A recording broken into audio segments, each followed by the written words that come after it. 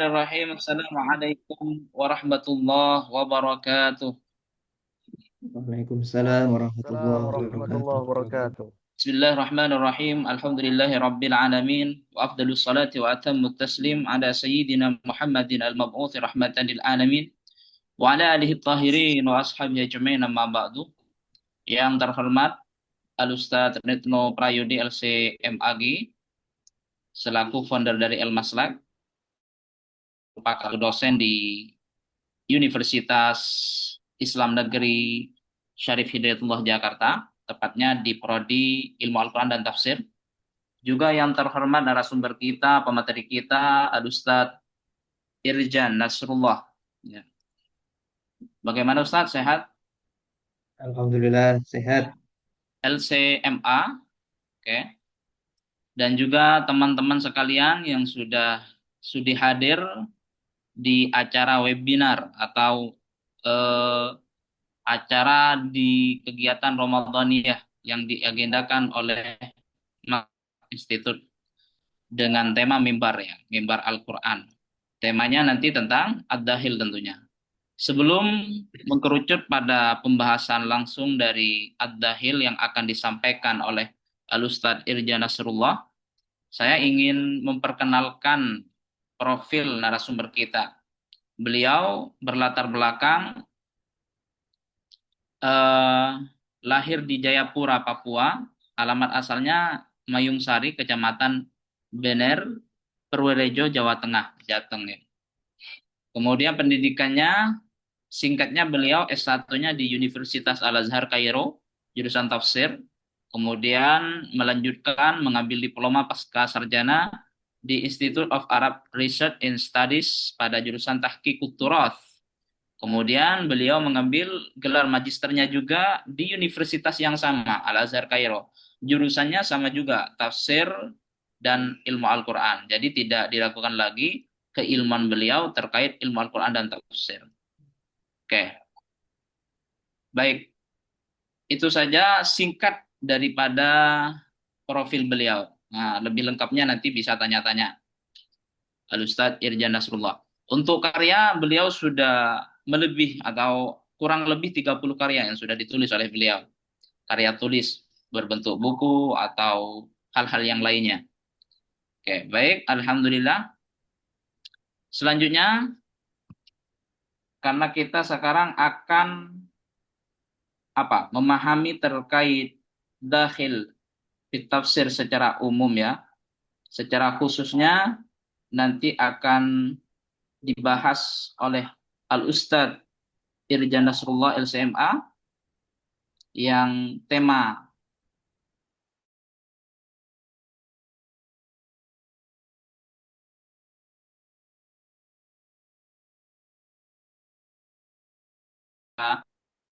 rinci oleh beliau nanti. Dan akan dibuka juga nanti tanya jawab untuk teman-teman sekalian yang ada kemuskilan, ada keiskalan terkait pembahasan-pembahasan yang akan dijelaskan oleh beliau. Untuk menyingkat waktu, langsung saja kami persilahkan kepada Al-Ustadz Irja Nasrullah LCMA, kepadanya falyatafaddal masykur. Assalamualaikum warahmatullahi wabarakatuh. Waalaikumsalam warahmatullahi Assalamualaikum wabarakatuh. warahmatullahi wabarakatuh. Alhamdulillahirabbil alamin. Wassalatu wassalamu ala sayyidina Muhammadin wa ala alihi washabbihi ajma'in. Subhanaka la ilma lana illa ma 'allamtana innaka antas samiul alim. Rabbi shrah li sadri wa yassir li amri wa hlul 'uqdatam min lisani yafqahu qawli amma ba'd. Yang sama-sama kita hormati Ustadz Retno Prayudi LCMAG yang kali ini hadir. Beliau adalah direktur sekaligus founder Maslak Institute yang alhamdulillah sampai saat ini kontribusinya sudah luar biasa. Mudah-mudahan barokah selalu dan diberikan kesehatan. Yang sama-sama kita hormati Ustadz Abdul Hamid MAG. Beliau juga salah satu tim peneliti di Maslak Institute dan dosen di mana Ustadz? Di IAIA Al Khairat Pamekasan, Ustadz Madura. Di Al Khairat. Oke, yang sama-sama kita hormati dan kita juga harapkan ilmunya Ustadz Abdul Hamid MAG. serta semua tim peneliti Maslak Institut yang alhamdulillah kita terdiri dari beberapa dosen, peneliti, dan juga semuanya sudah bergelar master, bahkan juga ada yang sudah doktoral. Mudah-mudahan ini bisa memberikan kontribusi positif khususnya bagi tim peneliti sendiri dan juga bagi semua akademisi se-Indonesia dan mungkin juga teman-teman yang ada di mancanegara. Alhamdulillahirrahmanirrahim, kali ini sesuai dengan agenda kita, yaitu kita akan membahas seputar ad-dakhil. Ini sebenarnya termasuk yang kedua di mimbar Quran. Saya sebelumnya pernah mengisi juga dan waktu itu juga seputar ad-dakhil. Jadi kalau membahas ad-dakhil itu tidak lepas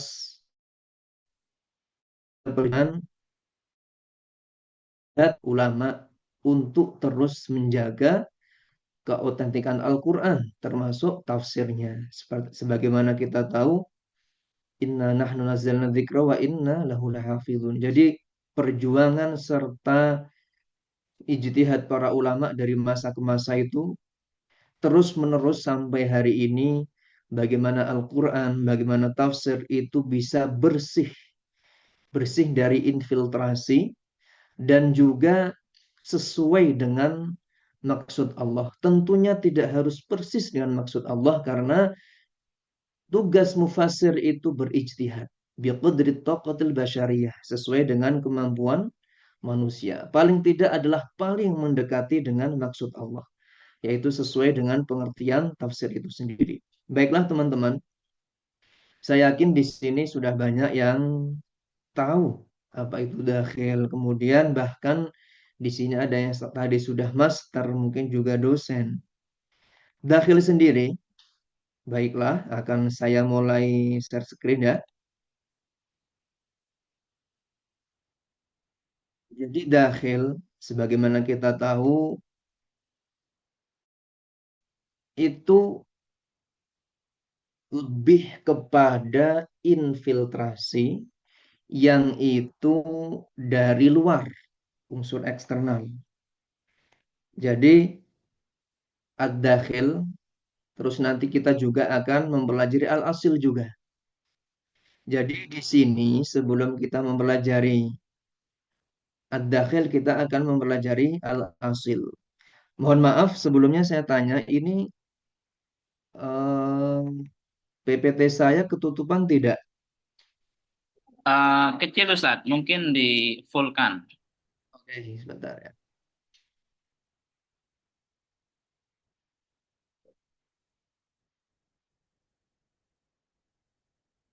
Baik, dari pertama sebagaimana judul yang sudah diamanatkan kepada saya, mengenal lebih dekat ad-dakhil fin naqli dan ad-dakhil fi. Ini di sini saya mengutip salah salah satu hadis yang sangat terkenal. Ballighu anni walau ayah wa hadithu an bani Israila wa haraj. Ini nanti terkait dengan Israiliyat, yang itu juga terkait dengan ad-dakhil. Gimana untuk meriwayatkan riwayat Israiliyat itu nanti akan kita bahas. Nah, sebelum kita masuk kepada ad-dakhil, kita akan mempelajari al-asil. Kenapa? Karena keduanya saling terkait. Untuk bisa mengetahui ad-dakhil, kita juga harus tahu al-asil. Nah, kan begitu. Al-asil itu yang masih murni, sedangkan ad-dakhil itu yang sudah terinfiltrasi. Makanya ad-dakhil fit tafsir. Kemudian, mohon maaf, ini terminologi. Pertama adalah al-asil. Al-asil yaitu secara etimologi adalah fondasi, fondasi yang kuat, kemudian fondasi yang itu mampu bertahan atau lestari. Sedangkan secara terminologi, al-asil ini adalah segala sesuatu yang sumbernya itu dari Al-Quran, kemudian hadis, kemudian sahabat, tabi'in, dan juga para ulama yang capable. serta juga berdasarkan pada akal sehat dan tentunya sesuai dengan kaidah-kaidah penafsiran para ulama. Nah, jadi al-asil itu secara mudah adalah kemurnian yang sama sekali belum terinfiltrasi, baik itu dari Al-Quran, hadis, sahabat, tabi'in maupun para ulama. Kenapa ulama dimasukkan pada al-asil? Karena ulama di sini adalah ulama-ulama tertentu, ulama Rabbani yang sanatnya bersambung sampai tabi'in.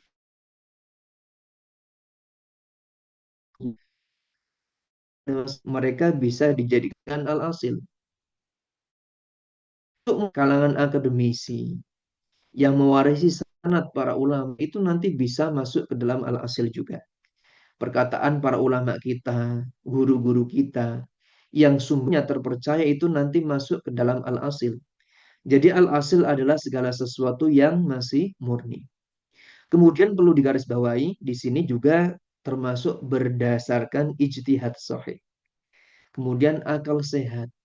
Kenapa Ustadz akal sehat dimasukkan ke dalam al-asil? Karena akal sehat itu tidak bertentangan hadis. Mas itu adalah jika menyelisihi akal sehat. Nah, segala sesuatu yang menyelisih akal sehat bisa dimasukkan kepada ad-dakhil. Next, sekarang adalah ad-dakhil.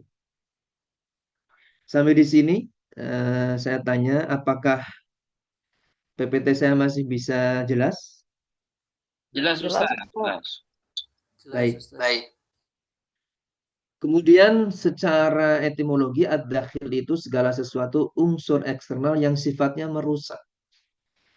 Seperti kalau secara lughah apa saja bakteri yang masuk ke dalam tubuh itu dakhil juga. Karena dakhil itu infiltrasi. Kemudian segala sesuatu yang cacat, yang aib, yang buruk, segala sesuatu yang asing itu semuanya bisa dikategorikan sebagai ad-dakhil. Intinya unsur eksternal yang itu masuk dan sifatnya merusak, kemudian juga segala sesuatu yang asing itu masuk sebagai ad-dakhil. Ini secara lughah. Berarti jika secara lughah, secara etimologi, itu ad-dakhil bisa masuk ke dalam semua ranah. Ad-dakhil fil hadis, ad-dakhil fil tafsir, ad-dakhil fil lughah. Makanya dakhil ini sangat luas medan penelitiannya. Kemudian dalam kriminologi, yaitu segala sesuatu yang tidak berdasar pada sumber yang valid. Itu bisa masuk dakhil. Atau mengacu pada sumber akan tetapi tidak sesuai dengan standar. Atau berupa pemikiran yang menyimpang. Makanya nanti termasuk sekte-sekte yang menyimpang, yang itu pemikirannya masuk ke dalam penafsiran, itu termasuk ad-dakhil. Baiklah, saya kira teman-teman sudah paham, karena ini sekadar mengulang, sekadar untuk eh, menambah mustalahat yang mungkin sebagian teman ada yang belum tahu, atau sudah tahu tetapi lupa. Nah, kemudian di sini kita akan mengetahui beberapa faktor yang berpengaruh terhadap berkembangnya ad-dakhil fit tafsir. Yaitu pertama politik dan kekuasaan. Sebagaimana kita tahu, sejarah Islam penuh dengan tanda kutip sejarah yang hitam. Kita harus akui secara jujur, tidak semua sejarah Islam itu bersih. Nah, kemudian jika ada unsur politis yang itu dimasukkan ke dalam penafsiran sebagai pendukung untuk kekuasaan, itu masuknya ad-dakhil. Jadi sekali lagi politik dan kekuasaan inilah yang kemudian bahkan bisa berlangsung sampai hari ini. Misalnya ada seorang pemimpin kenal dengan seorang ulama yang capable dalam penafsiran. Kemudian berpesan kepada ulama ini, tolong nanti ketika pemilihan Anda, ketika ceramah, menafsirkan ayat ini harus sesuai dengan visi misi saya. Atau yang kita pahami dengan titipan. Penafsiran titipan. Itu ada. Bahkan dalam sejarah Islam ada. Kita harus objektif. Karena akademisi itu harus objektif. Islam sejarahnya penuh dengan kebaikan-kebaikan. Penuh dengan kontribusi positif. Bahkan sampai Eropa. Akan tetapi kita juga harus objektif. Ada sebagian. Mohon maaf jika tadi saya katakan penuh, bukan, tidak penuh, tapi sebagian saja. Karena kalau penuh harus ada penelitian yang objektif. Sebagian ada unsur politis yang kemudian itu masuk ke dalam penafsiran. Kemudian kebencian dan balas dendam, khususnya dari kalangan non-muslim. Yang kemudian ada sebagian orientalis. Kenapa sebagian? Karena tidak semua orientalis itu memiliki unsur kebencian dan balas dendam ini. Ada yang betul-betul objektif, tapi ada juga yang model penafsirannya itu penuh dengan nada-nada kebencian, kemudian balas dendam terhadap Islam. Sehingga penafsirnya tidak objektif. Nah, dari situ masuk ad-dakhil. Kemudian lack of knowledge. Lack of knowledge itu berarti minimnya pengetahuan mufassir. Ini sering terjadi, di mana khususnya di zaman ini, sebagian orang yang penting pintar beretorika, memiliki follower banyak, subscriber banyak, kemudian menafsirkan Al-Quran dengan hawa nafsunya. Yang penting oke, kelihatannya penyampaiannya bagus, banyak orang suka, tanpa memperhatikan kaidah penafsiran, itu nanti masuknya ad-dakhil. Ustadz berarti boleh dong meneliti dakhil di tafsir-tafsir yang tersebar di media sosial, boleh. Nah, itu bisa masuk dalam penelitian ad-dakhil juga. Karena sekarang banyak sekali akun, termasuk channel YouTube, di mana setiap orang bebas menyampaikan apa yang diinginkannya tanpa memperhatikan kaidah kebahasaan, kaidah penafsiran, usulul hadis, usulul itu diabaikan. Dan teman-teman sudah banyak yang tahu, saya tidak perlu menyepil. Kemudian gegabah pada metodologi modern. Ini ada sebagian sarjana kita, saudara kita, teman kita, yang secara turos, secara usulul tafsir, qawaidut tafsir, usulul lughah, usulul hadis, mantiq atau logika, belum menguasai, bahkan tidak faham bagaimana kaidah yang sudah diterapkan para ulama zaman dahulu. Tetapi buru-buru merasa bangga dengan metodologi modern yang itu belum diteliti secara absah. Yang penting kelihatannya oke, modern, sehingga itu konteks diberikan ulama kita, itu mereka tidak peduli. Itu ada sebagian, saya tidak mengatakan banyak, sebagian. Jadi sebagian ada yang seperti itu. Kemudian dijadikan itu metode untuk menafsirkan Al-Quran. Dari situ muncul ad-dakhil fit tafsir, nanti akan kita singgung. Termasuk dalam ad-dakhil tafsir kontemporer. Yang terakhir, ini saya batasi 5 saja. Sebenarnya banyak. Tapi dari 5 ini insya Allah sudah mencukupi atau mewakili. Yaitu fanatisme buta. Fanatisme buta pada madhab atau ideologi atau pemikiran itu banyak sekali. Karena menjadi tabiat manusia, tabiatnya adalah membela diri sendiri dan kelompok. Itu tabiat manusia. Kalau tidak dikendalikan oleh akal dan agama atau wahyu, maka hal ini akan berefek buruk pada banyak hal. Meskipun yang secara ilmiah Tapi karena kebenaran yang secara ilmiah ini tidak mendukung kelompoknya, maka dia tidak akan menerima. Tidak menerima sehingga memiliki penafsiran sendiri yang ujung-ujungnya menjadi ad-dakhil. Kemudian kita langsung akan mengetahui ad-dakhil dalam tafsir bil ma'thur atau an-naqli. An-naqli al-ma'thur itu sama saja. Kenapa disebut an-naqli? Karena dia hanya nakal, memindahkan dengan sanad. Jadi dari Rasulullah kepada para sahabat, tabi'in, sehingga sampai kepada mufassirin. Jadi istilah an-naqli itu seperti itu. Nukul, menakal atau memindahkan sesuai dengan sanad yang bersumber dari Rasulullah Muhammad SAW. Nah, pertama kenapa? Kenapa banyak dakhil? Ini saya katakan banyak, jujur. Dalam tafsir bil maksud itu banyak, bukan hanya sedikit, banyak dakhilnya. Kenapa? Salah satunya sanad dihapuskan. Zaman dahulu, pertama kali dalam sejarah penafsiran itu sanad masih secara komplit disertakan dalam penafsiran. Bahkan sejarahnya tafsir dan hadis itu menyatu. Zaman dahulu tafsir belum berdiri sendiri, masih bersambung atau tercampur dengan hadis. Yang itu dengan kola ila akhirihi an. Tapi karena zaman semakin berkembang, kemudian sanad dihapuskan. Ini ada dalam ulumul Quran. Saya tidak perlu membahas lebih banyak.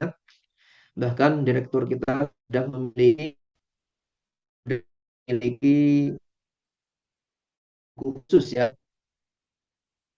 Mohon maaf, ini slide saya error. Sanad dihapuskan. Sanad dihapuskan. Kemudian fadhailul amal. Jadi banyak mufassirin itu memasukkan hadis-hadis fadhailul amal. Jadi meskipun itu hadis do'if, tapi tujuannya untuk memotivasi umat Islam, itu akhirnya dimasukkan dalam penafsiran. Hadis do'if yang itu tidak bisa meningkat sampai hasan li ghairihi, itu nanti bisa masuk ke dalam kategori ad-dalil atau infiltrasi dalam penafsiran. Kok bisa fadhil amal masuk dalam penafsiran? Itu tadi motivasi. Ketika umat Islam berpaling dari Al-Quran, kemudian ada sebagian ulama itu memiliki ijtihad. Saya harus membuat hadis seputar fadhil amal. Bahwa orang membaca Al-Quran nanti di surga akan mendapatkan 100 bidadari misalnya.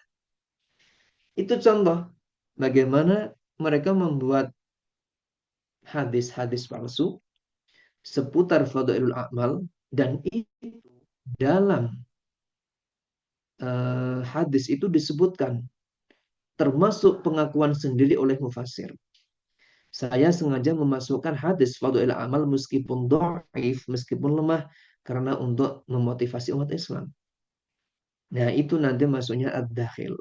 Kemudian yang ketiga, tentu saja kita harus berhusnudzon. Meskipun ini secara keilmiahan harus ada penelitian lebih lanjut. Tanpa motif negatif. Karena apa? Husnudzon, apalagi kita tahu bahwa mufasir-mufasir yang kita baca tafsirnya sampai hari ini, itu adalah mufasir-mufasir yang kita ketahui biografinya, kita ketahui guru-gurunya. Sependek penelitian saya, tidak ada mufassir yang memasukkan ad-dakhil karena tujuan negatif. Tidak ada. Nanti akan saya lebih lanjut, saya bahas. Misalnya karena di situ sekedar menukil. Atau yang kedua, penukilan dakhil itu karena bertele-tele dalam menafsirkan kisah-kisah para nabi misalnya.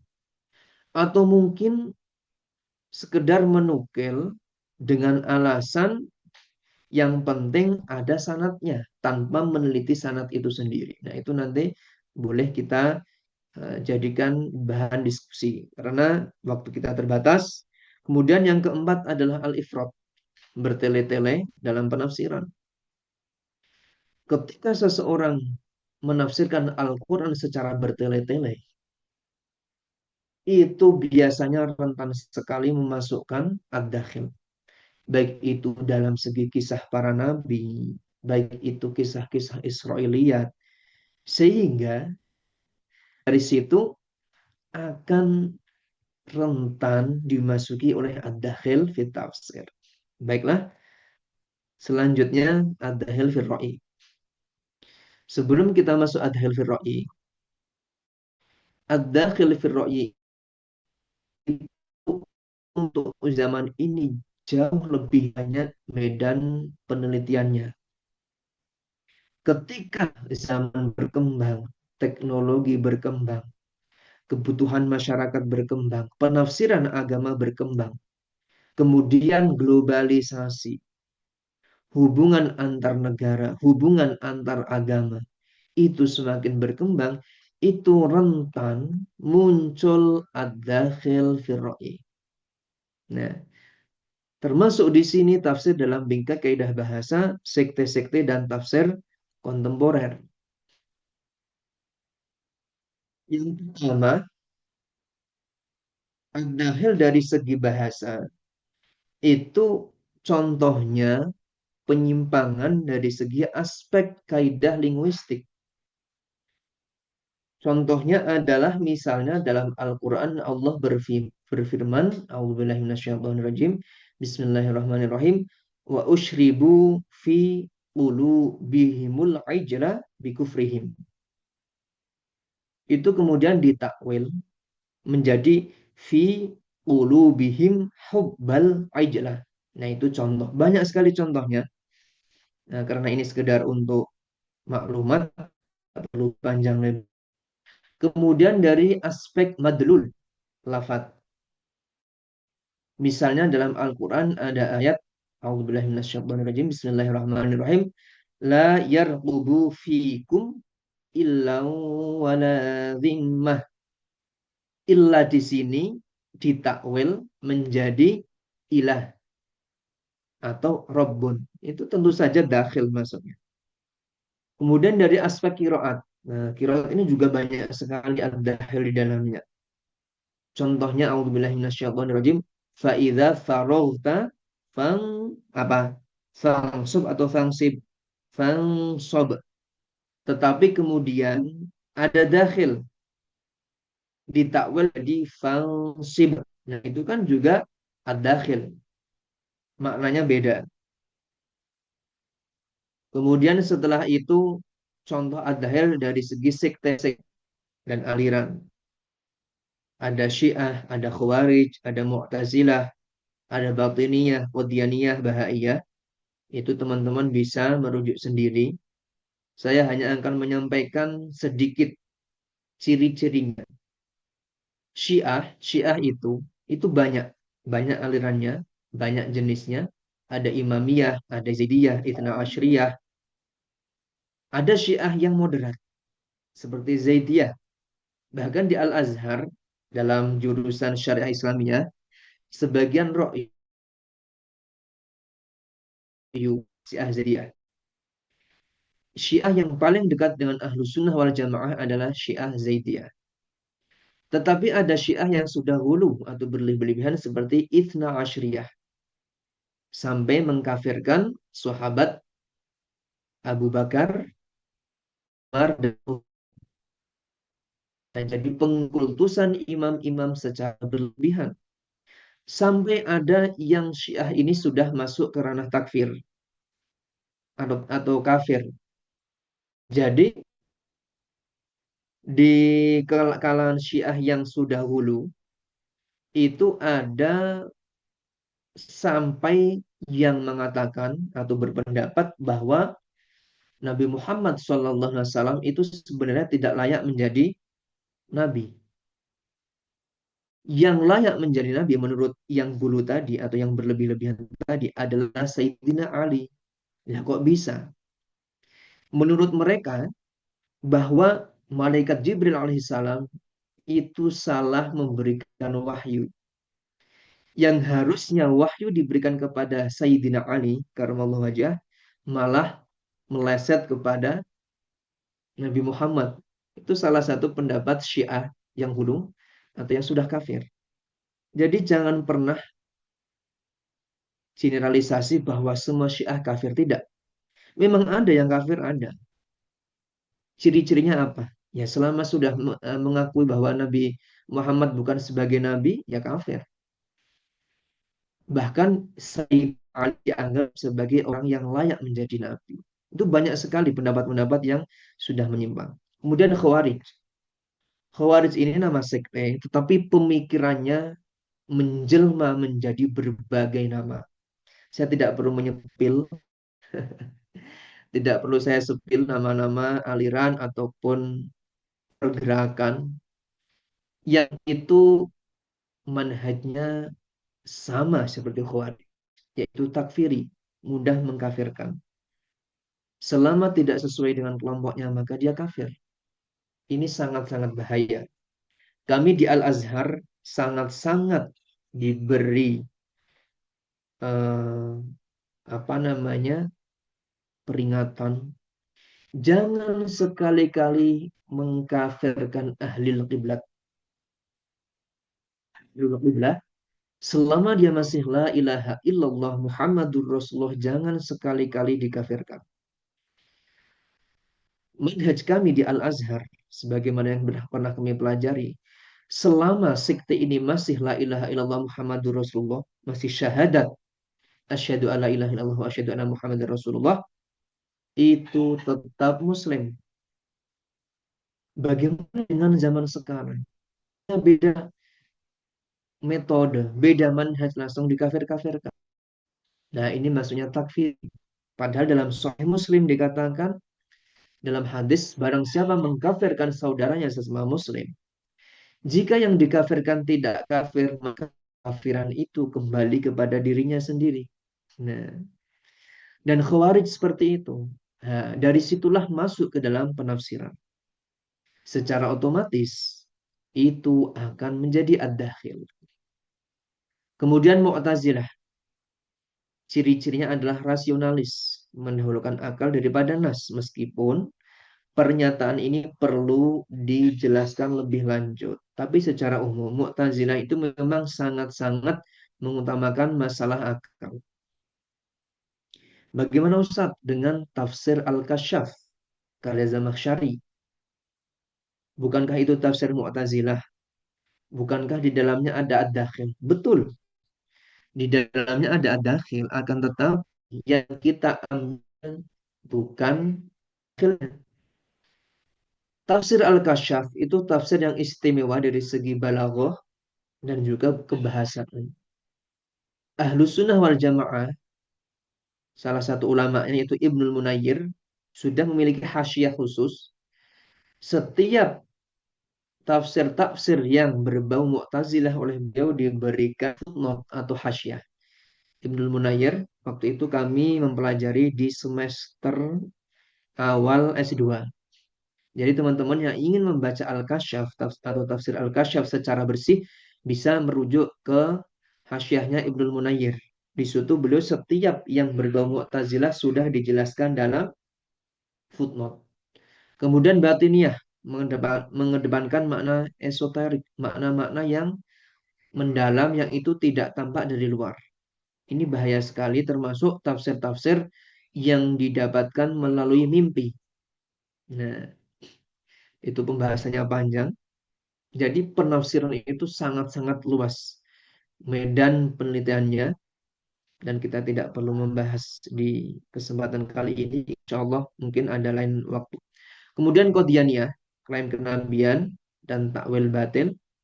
Kemudian Bahaiyah, hampir penafsirannya Batiniyah. Dari semua aliran ini ada kesamaan, yaitu takwil batil. Seperti Syiah. Syiah mengatakan Al-Baqarah dalam surat Al-Baqarah itu salah satunya ditafsirkan menjadi Sayyidah Aisyah atau Sabatina. Tapi betina versi Syiah yang sulu atau berlebih-lebihan tadi itu adalah ditafsirkan Sayyidah Aisyah. Kenapa Ustaz? Karena Sayyidah Aisyah sangat dibenci oleh Syiah-Syiah yang hulu tadi. Padahal Sayyidah Aisyah atau Dewi Aisyah itu adalah istri Nabi. Itu takwil batil namanya. Termasuk nanti siratal ladzina an'amta 'alaihim ghairil maghdubi 'alaihim waladdallin. Ada yang menafsirkan maghdubi 'alaihim itu adalah Sayyidina Abu Bakar. Dolin itu Umar. Dan tafsir-tafsir batil sejenis. Baiklah, next kita akan melanjutkan ini. Baik, agak error, tapi bisa dilihat. Kemudian kita akan berlanjut ke tafsir Ra'i atau dakhil fi ar-Ra'i. Termasuk di sini ada tafsir ilmi. Kemudian ada tafsir sufi. Meskipun demikian, itu tidak bisa digeneralisir. Tidak semua tafsir ilmi itu buruk. Tidak semua tafsir ilmi itu adalah tidak. Begitu juga tafsir sufi. Tafsir ilmi yang itu biasanya masuk ad-dakhil itu yang biasanya sudah jauh dari lafadznya. Kemudian juga memaksakan tafsir yang itu belum pasti karena sifat teori itu kan terus-menerus berubah. Misalnya dalam penafsiran A'udzubillahi minasyaitonirrajim Bismillahirrahmanirrahim. Awalam yaral ladzina kafaru annas samawati wal arda kanata ratqan fafataqnahuma. Dalam surah Al-Anbiya, kanata ratqan, bahwa dulunya bumi dan langit itu bersatu padu. Fafataqnahuma, kemudian kami pisahkan keduanya. Salah seorang mufassir menafsirkan di situ dengan teori Big Bang atau ledakan besar terhadap alam semesta. Nah, tafsir ini kalau ingin dijadikan penafsiran itu harus memiliki dua langkah yang sesuai dengan ulama terapkan. Pertama, tidak boleh memastikan bahwa teori Big Bang inilah tafsir terhadap surah Al-Anbiya tadi. Yang kedua, pertama ditafsirkan secara klasik, baru kemudian wayuh tamal ayyakuna. Nah, dan mungkin saja atau kemungkinan bahwa tafsir kanata ratqan fafataqnahuma adalah Big Bang. Jadi secara tahapan itu pertama ditafsirkan secara tafsir klasik. Baru kemudian wayuh tamal, dan mungkin saja dan kemungkinan ayyakuna hada tafsir, misalnya nazariyah Big Bang, bahwa tafsir ini adalah yang sesuai dengan teori Big Bang. Nah, itu baru boleh. Jadi tidak boleh memastikan segala sesuatu yang belum pasti, termasuk mubhamat Al-Quran nanti akan saya bahas. Itu nanti masuknya kepada ad-dakhil. Karena nadzoriyah atau teori-teorisan ini masih terus-menerus berkembang. Bahkan seandainya teori Big Bang ini suatu saat berubah, nanti takutnya ada anggapan. Takutnya ada anggapan bahwa Al-Quran. Nah, karena tidak semua orang itu faham sebagaimana yang difahami mufassir. Kemudian tafsir sufi, ini yang biasanya lebih ke ad-dakhil, yaitu seperti tadi batinnya. Kemudian selanjutnya ad-dakhil dalam tafsir kontemporer. Mohon maaf, saya tutup jendela karena di luar hujan.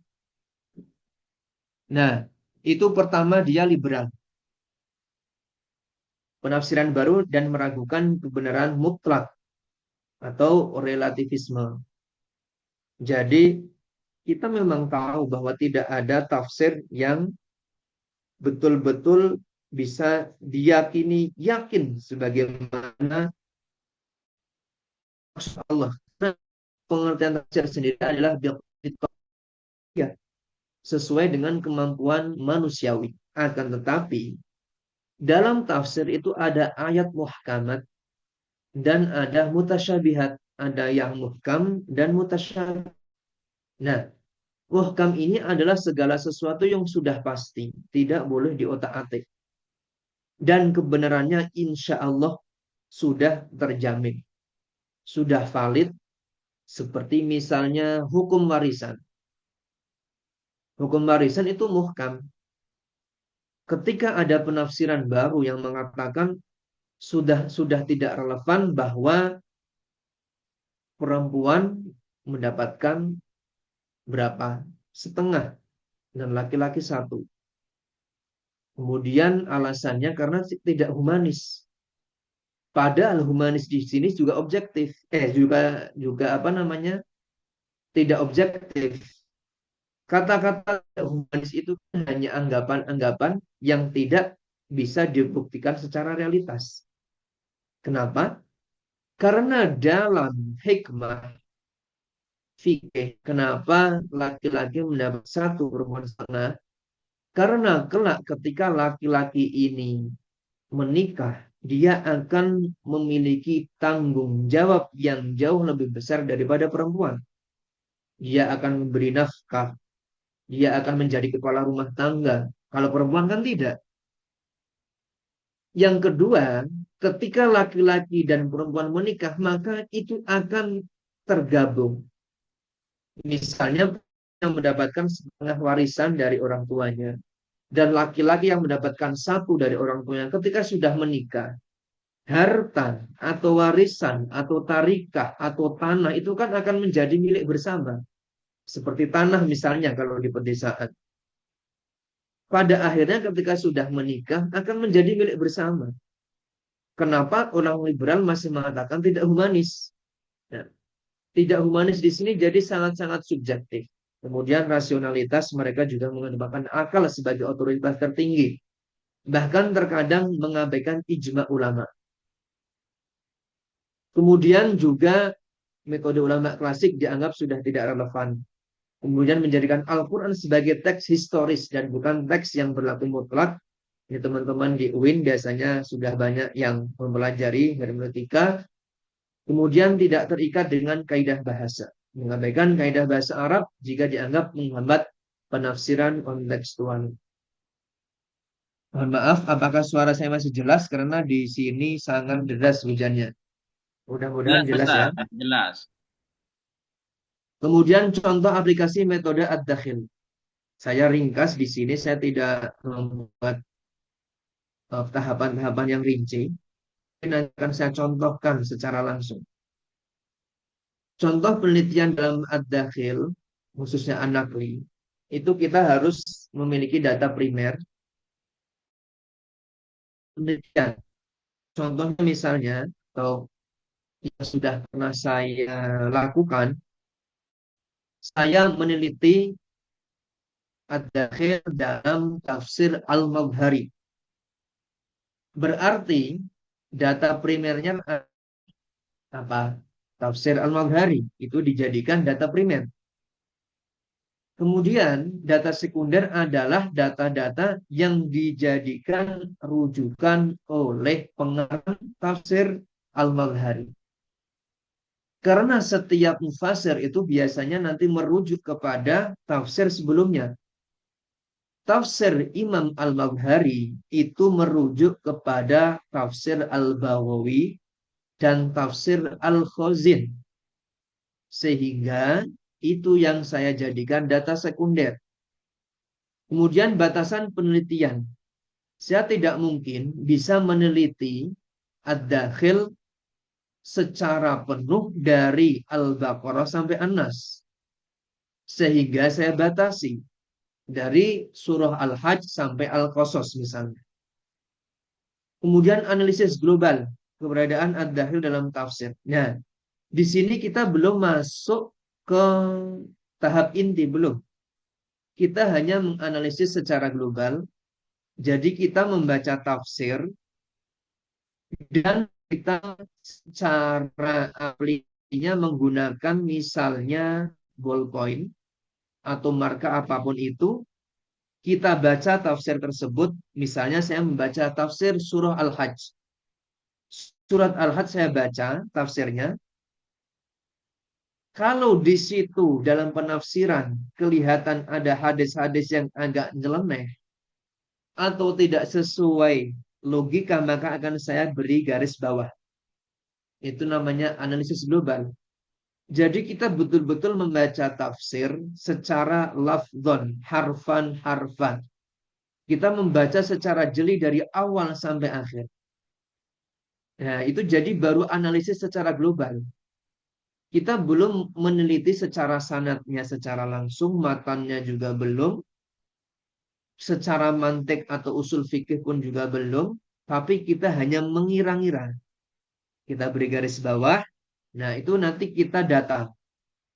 Dalam surah Al-Hajj ada 10 dakhil misalnya, itu setelah kita beri garis bawah, itu kita tulis menjadi semacam list atau draft. Misalnya ad-dakhil dalam ayat 1, ayat 15, ayat itu kita data semuanya. Nah, setelah itu baru kita masuk ke prosedur secara khusus. Kita akan sertakan teoritisnya, apa yang disebut dakhil, apa yang dimaksud dakhil al-maksur atau an-naqli, apa ro'yi. Nah, baru kemudian kita aplikasikan. Jadi kalau dalam penelitian saya, itu ada janib nadhari dan tatbiki. Teoritis dan aplikatif. Jadi di pertama kita akan menyebutkan secara teoritis termasuk biografi mu'alif dan biografi tafsirnya. Kemudian di selanjutnya baru aplikasi. Nanti ada, saya beri contohkan. Nah, saya beri contohnya nanti. Kemudian yang keempat, mohon maaf salah dalam penulisan ya. 1, 2, 3, 4. Analisis kritis. Nah, kita bisa memasukkan sebuah riwayat menjadi dakhil itu harus melihat berbagai hal. Dari segi penafsiran atau kaidah atau usul tafsir, usul hadis, usul lughah, usul fikih, mantik, dan tarikh. Akan tetapi yang sering ditemui dalam dakwah anak yaitu hadis dan nanti juga logika. Pengalaman saya dakhil dalam kisah-kisah Nabi itu banyak sekali yang nyeleneh, tidak logis. Nah, itu biasanya masuk ke dakhil. Next, yaitu contoh adhal dalam tafsir Madhari. A'udzubillahi minasyaitonirrajim. Bismillahirrahmanirrahim. Wa awayna wa awaynahuma ila rabwatin dzati qururin wa ma'in. Nah, nanti dakhil ini dalam kata-kata atau lafadz rabwah yang secara lughah adalah artinya dataran tinggi. Akan tetapi nanti mufasir itu menafsirkannya bermacam-macam. Ada yang menafsirkan menjadi Mesir. Jadi ini kan kisah setelah melahirkan. Setelah melahirkan Nabi Isa alaihissalam, Allah membawanya ke sebuah dataran tinggi yang di situ penuh dengan buah-buahan, dengan mata air. Kemudian mufasir mengira-ira, kira-kira dulu itu Maryam itu di mana ya? Ada yang menafsirkan menjadi Mesir, ada yang menafsirkan menjadi Damaskus, ada yang menafsirkan menjadi Palestina, ada yang menafsirkan Yerusalem, lebih khusus, bukan sekedar Palestina. Ada yang menafsirkan lagi sebuah tempat yang jarak antara bumi dan langit adalah 19 kilometer. Jadi aneh-aneh. Itu semuanya nanti dakhil. Nah, ad-dakhil rabwah yang disebutkan mufassir dalam tafsir Madhari yaitu Damaskus, Mesir, Palestina, dataran tinggi yang jaraknya dengan langit sejauh 18 mil atau 19 kilometer. Setelah saya teliti, ini semuanya dakhil. Hanya satu yang mendekati kebenaran, yaitu Palestina, yaitu di Al-Quds atau Yerusalem. Nah, kemudian setelah diteliti, saya teliti ternyata dari semua dakhil itu, kenapa bisa disebut dakhil? Pertama, kontradiktif dan tidak bisa dijamak. Antara Mesir, antara Damaskus kan kontradiktif. Mesir dan Damaskus jauh, Palestina juga jauh. Kemudian sanadnya sangat lemah. Ketiga, memberi kepastian terhadap mubhamat Al-Quran. Jadi mubhamat Al-Quran atau segala sesuatu yang tidak disampaikan secara jelas dalam Al-Quran, itu penafsirannya tidak boleh dipastikan. Karena dipastikan akan menjadi dakhil. Yang keempat, fakta sejarah. Fakta sejarah mengatakan bahwa setelah melahirkan, Maryam tidak ke Mesir. Fakta sejarah menyebutkan setelah melahirkan, Maryam tidak ke Damaskus. Bagaimana mungkin kondisi seorang ibu yang melahirkan, kondisinya masih lemah, jabang bayi yang masih merah, tiba-tiba jalan sampai ke Mesir? Tidak mungkin. Bahkan fakta sejarah tidak ada yang menyebutkan itu. Kita bisa membayangkan seorang ibu yang baru melahirkan, bahkan nanti masuk ke dalam logika, itu tidak logis.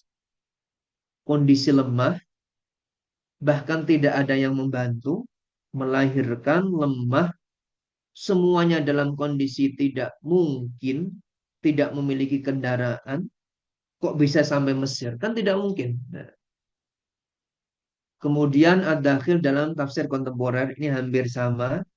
Nanti masuknya deskriptif analisis dan visuanalisisnya jauh lebih banyak.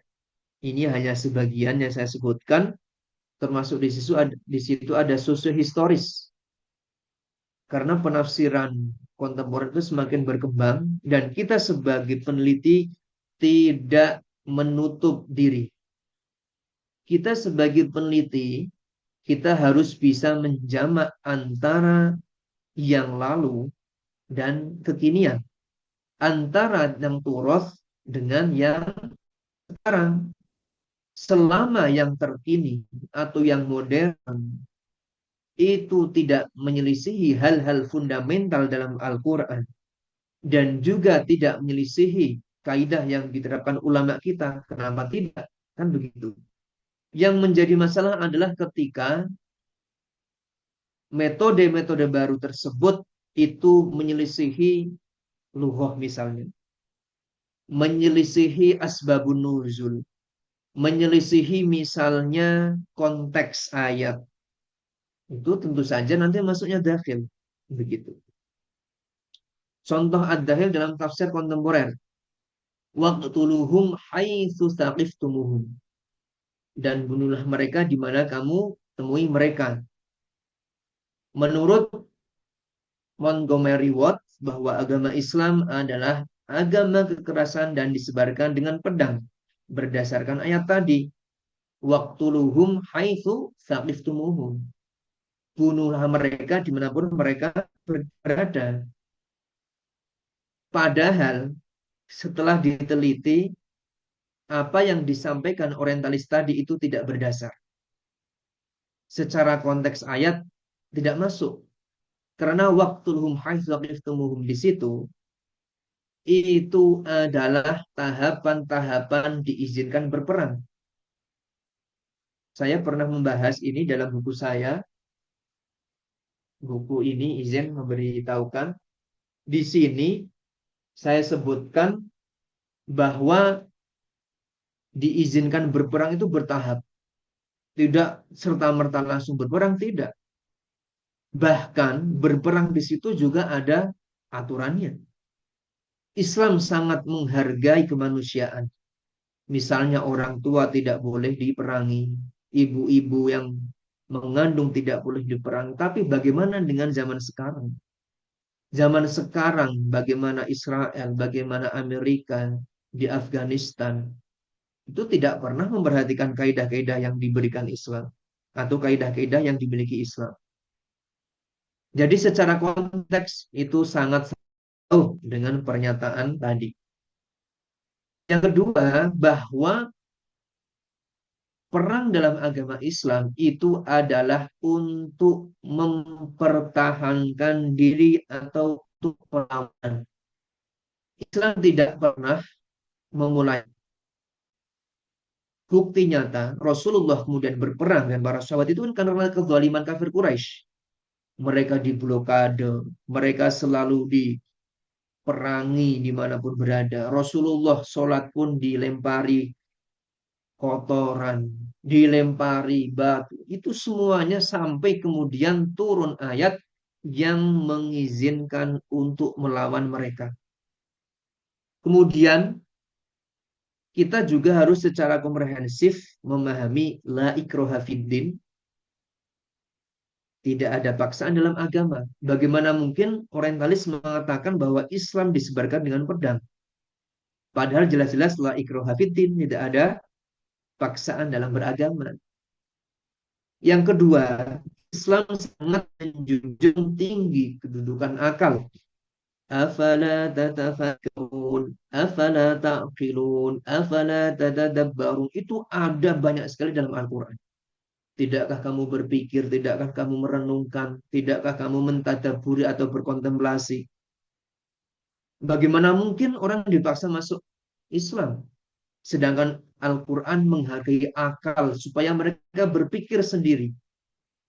Akal yang sehat pasti akan sampai pada kesimpulan bahwa ada Tuhan yang satu, yang esa, yaitu Allah Subhanahu wa Ta'ala. Nah, kan begitu.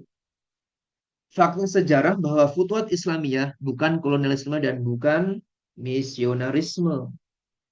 Bahwa ketika sahabat misalnya Amr bin As sampai Mesir, itu waktu itu Kristen Koptik itu sangat-sangat dihormati, bahkan dibiarkan menjalankan agamanya.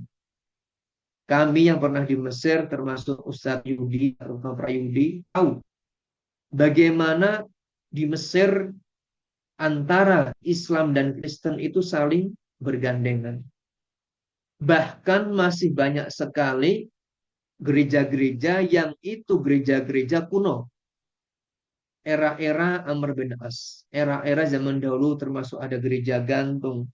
Ada gereja yang dipahat di dalam gua, gereja batu, atau kami menyebutnya gereja sampah karena melewati itu biasanya melewati gunungan sampah. Itu sampai sekarang masih murni, tidak diotak-atik. Orang Kristen Koptik mereka juga bebas menjalankan agamanya ketika sahabat Amr bin As Futuhat Islamiyah ke Mesir. Makanya sampai sekarang itu bisa dibuktikan secara sejarah. Kemudian, oh sudah selesai. Jadi itu adalah um, ad-dakhil, kemudian sedikit maklumat yang nanti bisa kita perluas di forum diskusi. Mudah-mudahan penyampaian saya jelas. Insya Allah nanti kita lanjutkan. Jika ada yang belum jelas atau mungkin ada yang ingin menambahi atau mungkin ingin mengkritik atau membantah saya, silahkan. Karena di sini kita sama-sama berdiskusi, kita sama-sama thalabul ilmi. Mudah-mudahan Allah memberikan ridho dan manfaat pada kita semua. Saya akhiri. Wassalamualaikum warahmatullahi wabarakatuh. Waalaikumsalam warahmatullahi wabarakatuh. Terima kasih kami aturkan pada Al-Ustadz Irja Nasrullah LCMA. Semoga apa yang disampaikan menjadi ilmu yang bermanfaat bagi kita semua. Amin, amin ya rabbal alamin. Sedikit kesimpulan yang dapat saya ambil bahwa pada intinya tafsir, karena temanya tafsir, tafsir yang masuk pada had atau definisi dari ad-dakhil itu, maka di situ masuk pada ad-dakhil. Dan tafsir yang masuk pada had atau definisi dari asil itu masuk pada asil. Bagaimana asil? Ketika sesuai dengan kaidah-kaidah tafsir bersumber dari Al-Quran, bersumber dari hadis, sahabat, tabi'in, dan ulama yang kredibel, maka di situ masuk pada bagian dari asil fit tafsir.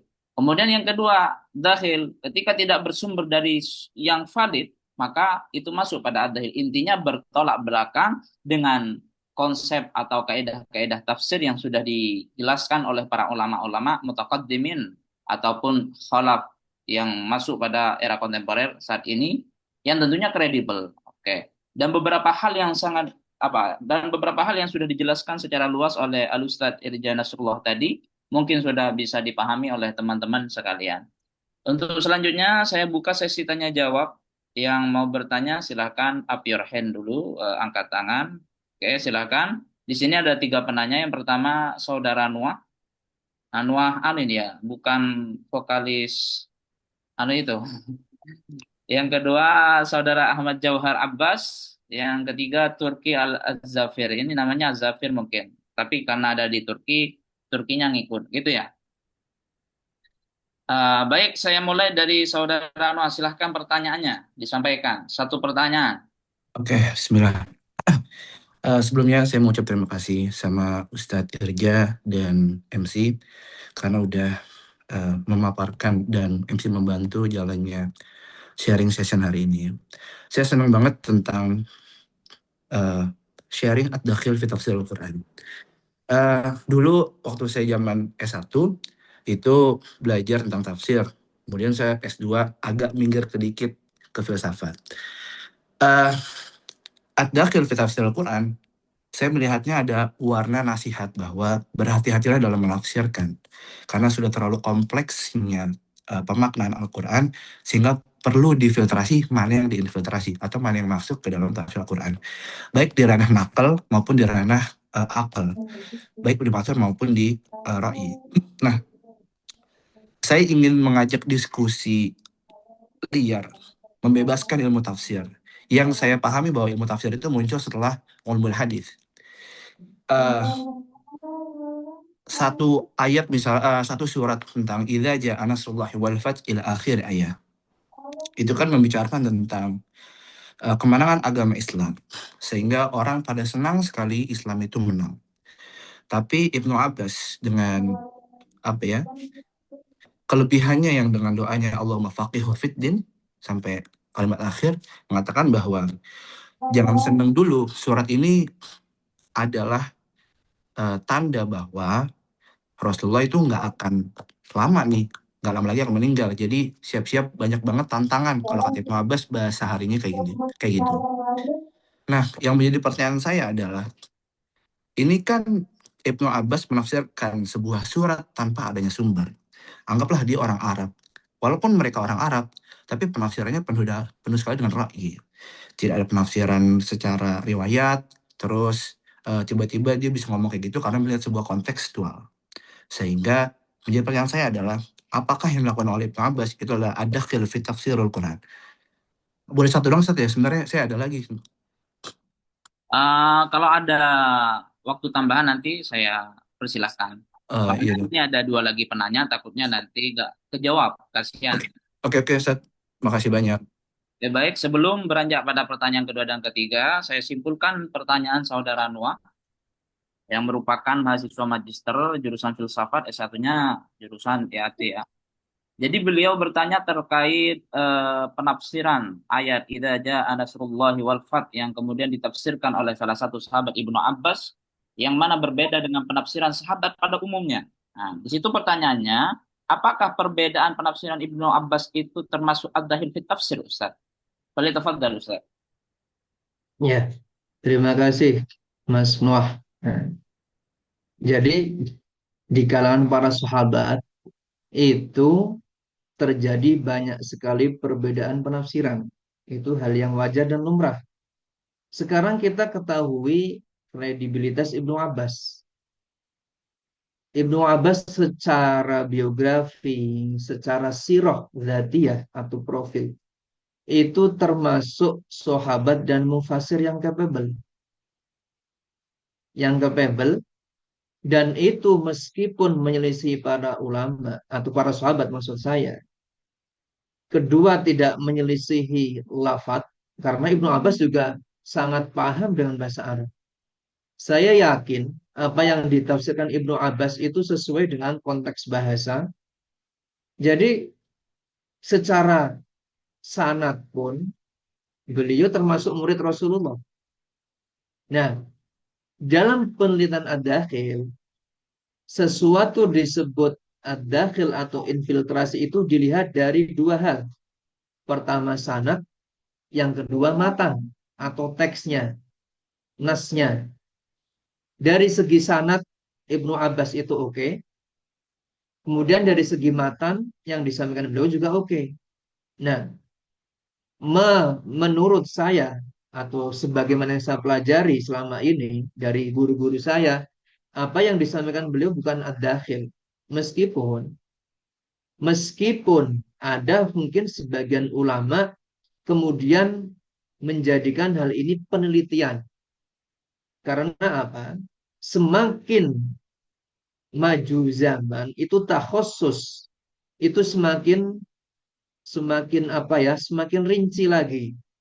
Termasuk mungkin nanti penelitian dari segi bahwa ternyata penafsiran Ibnu Abbas bersumber dari sahabat lain misalnya. Muqaranah bainal aqwal, jam'u bainal ahadis, menjamak antara hadis yang satu, muqaranah dengan hadis yang lain. Itu seperti itu. Mungkin itu saja. Silahkan kalau mungkin ada tambahan dari yang lain. Baik, bagaimana Saudara Noah? Mungkin masih ada kejanggalan dari apa yang dijelaskan oleh Ustadz Irja Nasrullah. Boleh, karena beliau sudah membuka lebar. Mau dikritisi boleh, kata beliau. Mau berdiskusi, ayo. Kita buka secara lebar. Tidak seperti seminar yang kaku begitu. Silahkan. Ya, Eh, jadi di sini forum kita itu santai, santai tapi serius dalam artian yang ingin membantah silahkan, ingin menambah juga silahkan. Yang bertanya pun silahkan. Oke, bagaimana Saudara Noah? Sebenarnya masih ada, cuman saya pengen ngasih tau aja ke teman-teman bahwa kajian ini bagus banget buat tesis apakah ada dakhil atau bukan. Jadi bisa ngebuka banget, karena bisa dikaji dari berbagai macam ilmu. Karena saya melihatnya salah satu hal yang kontroversial juga sih. Mungkin itu aja. Makasih penjelasan Ustaz, udah Oke. beropini. Ya, mungkin saya melengkapi ya. Mungkin di sini ada kejanggalan juga. Walaupun moderator, saya ingin menjadi host sebagaimana penjelasan-penjelasan secara umum. Jadi tadi disimpulkan oleh Ustadz Irja Nasrullah, kalau kita melihat dari sisi biografi Ibnu Abbas jelas tidak mungkin ada kebohongan di situ karena beliau merupakan salah satu sahabat yang langsung mendapatkan doa tadi. Ah, Lantas tadi ayatnya idza jaa nasrullahi wal fath. Sanadnya kan tentu misal dalam tafsir At-Tabari, dalam tafsir yang lain. Itu dari Abu Ja'far atau At-Tabari sendiri kan nggak langsung an Ibni Abbas. Nah, kalaupun seperti itu nanti sanad yang sampai pada kita itu kan ada berapa tokoh sampai ke Ibn Abbas. Lah, di situ kan yang dimaksud dari sisi riwayat atau sanadnya ya Ustaz Irja Nasrullah. Oke, jadi Ya, sanatnya selama diteliti. Oke, sanadnya diteliti sehingga sampai pada Ibnu Abbas. Masing-masing sanad, misal dari an siapa, dari tabi'in sampai ke tabi'in, kemudian pada sahabat, kemudian sampai itu kan pentoknya pada Ibnu Abbas karena tafsirannya dari Ibnu Abbas. Dari masing-masing penyampai hadis apa, penyampai athar ini, kaulah sahabat ini harus kredibel, tentunya seperti itu. Maksud daripada Ustadz Irja Nasrullah. Seperti itu ya mungkin ya Ustadz. Ya, ya, jadi saya tekankan terakhir. Jadi ketika meneliti ad-dakhil itu setiap rawi tadi sebenarnya ingin saya sampaikan tapi karena waktunya terbatas tadi termasuk yang saya teliti tadi Rabuah itu saya meneliti sekitar 10 rawi. Ada As-Suddi, ada Ad-Dhahhak, kemudian dan lain sebagainya. Tadi sebenarnya yang saya sampaikan, tapi waktunya terbatas, itu setiap perawi yang meriwayatkan misalnya Ar-Rabuah maknanya adalah Mesir. Ar-Rabuah maknanya misalnya Damaskus. Itu setiap perawi ada sanatnya, jelas.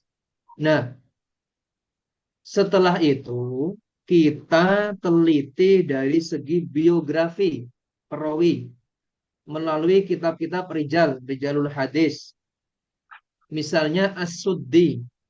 As-Sudi ini terkenal meriwayatkan Israiliyat atau tidak, terkenal dia itu pendusta atau tidak, bisa diakui fiqhnya atau tidak, adalah atau tidak, seorang yang adil dalam meriwayatkan atau tidak, itu semuanya kita teliti. Jadi untuk meneliti satu dakhil saja itu luar biasa effortnya. Dari segi sanad, itu baru nanti rinciannya sampai ke rijalul hadis, termasuk perawi, setiap perawinya kita teliti, tahun lahirnya kapan, kemudian menuntut ilmunya gimana, gurunya siapa, kemudian testimoni ulama yang lain gimana terhadap beliau, atau misalnya kalau tabiin yang lain. Kemudian juga apakah beliau terkenal dengan Israiliyat atau tidak, terkenal meriwayatkan Israel. Itu semuanya kita teliti baru kemudian kita simpulkan. Nah, itu begitu. Baru kemudian matan. Dari segi matan atau nas hadis, nasnya menyelisih lughah atau tidak. Nasnya bertentangan dengan asbabun nuzul atau tidak.